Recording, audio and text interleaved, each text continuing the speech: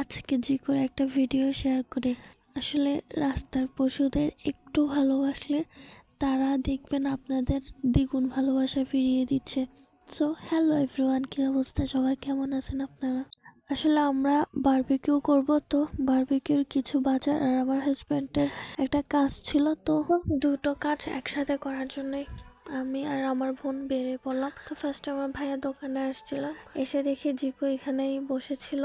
আসলে ও সব সময় আমার ভাইয়ের সাথে থাকে, ভাইয়ের সাথে আসা যাওয়া করে, ও সারাদিন দোকানে থাকে আমার ভাইয়ের সাথে। দুপুরে হইলে বাসায় আসে, আবার রাত্রে বাসায় চলে আসবে। ওর আবার খিদা লাগলেও নিজে নিজে বাসায় চলে আসে। তো আমরা দুই বোন বাজারে যাচ্ছিলাম, তো ও আমাদের দেখে আমাদের পিছে পিছে চলে আসে। তাও আবার কথা আছে, ও কিন্তু আমাদের দুই বোনের মধ্যে হাঁটবে। মাঝের মধ্যে আগ পিছ হয়ে গেলে, মানে সামনে পিছনে হয়ে গেলে ও আবার দৌড়ায় আমাদের দুই বোনের মধ্যেই চলে আসে। ওই দেখতেছেন পিছে দৌড়াইয়ে আমাদের দুই বোনের মধ্যেই চলে আসতেছে। তো আমার হাজব্যান্ডের কাজ ছিল, কাজটা করার জন্য আমরা একটা বিল্ডিংয়ে গেছিলাম, বলতে 2 তলাতে। ও আমাদের সাথে সাথে 2 তলাতে উঠে গেছে। আমরা যখন সেকেন্ড বার আসছো তখন 2 তলাতে উঠছিল। তার ফার্স্টে আমরা আরও একবার আসছিলাম, ও তখন আমাদের দেখে না আমরা যে 2 তলার উপর উঠতেছিলাম।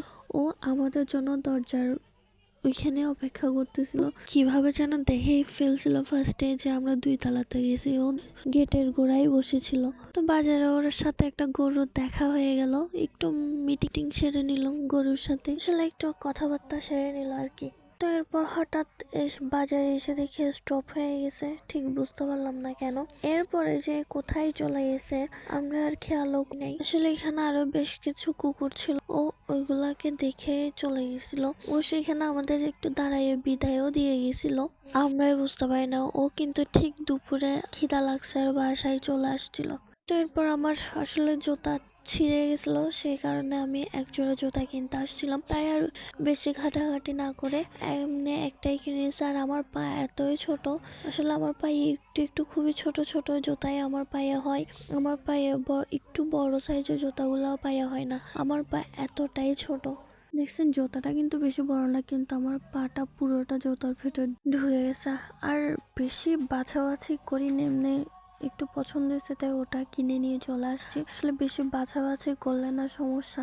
তো জুতা কেনার পরে আজকে গ্রিল বানাবো, আপনাদের তো ফার্স্টে বলছিলাম যে গ্রিল বানাবো, তো সে কারণে গ্রিলের ওই জালি যেটা আছে ওটা কিনতে গেছিলাম, তবে অনেক দাম বলতেছিল, তাই আর কিনলাম না। পরে হার্ডওয়্যারের দোকানে যে জালগুলা পাওয়া যায় নর্মালি ওইগুলাই কিনে নিছি। তো এরপরে বারবিকিউ করার জন্য একটা বারবিকিউ মশলা, তারপর 2টো ম্যাগি মশলা আর গোলমরিচ কিনছিলাম। এখন হচ্ছে আর টক দই কিনা বাকি, আর বাকিগুলা যেগুলা ওগুলা সব ঘরে আছে। তো এখন টক দই কিনতে যাচ্ছি। তো টক দই কিনতে এসে দেখি এখানে বাটারও আছে, তো একটু বাটারও দেখতেছিলাম, তবে বাটারের দামটা অনেকটাই বেশি বলতেছিল।